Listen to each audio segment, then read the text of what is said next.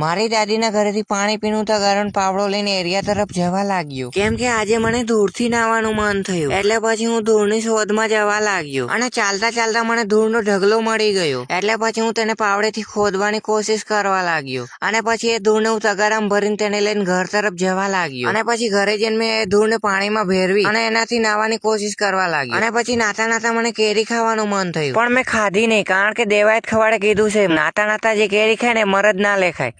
એટલે પછી મેં નાઈન કેરી ખાધી, કારણ કે જે મરદ માણસ હોય એ નાઈને જ કેરી ખાય. પણ આ શું, નખ તો મારા બહુ મોટા છે. એટલે પછી મેં પાનાથી નખ કાપ્યા, કારણ કે આ નખમાં મેલ છે એ મારા પેટમાં જઈ શકે. એટલે પછી મેં નખ કાપ્યા અને પછી વિચાર્યું કે પગના નખ કાપું, પણ પગેથી થોડું ખાવાનું, એટલે પછી મેં પગના નખ ના કાપ્યા. અને પછી એકડિયાની ચોપડી વાંચતા વાંચતા કેરી ખાવા લાગ્યો. અને પછી કેરી ખાઈને પ્રેક્ટિસ કરવા જવા લાગ્યો. અને ત્યાં જઈને મેં થોડી ઘણી એક્સરસાઇઝ કરી અને પછી સાઈડ ફ્લિપની પ્રેક્ટિસ કરવા લાગ્યો. ફર્સ્ટ અટેમ્પમાં તો પડ્યો અને પછી સેકન્ડ અટેમ્પમાં હું લેન્ડિંગ કરીને દુબઈ જતો રહ્યો.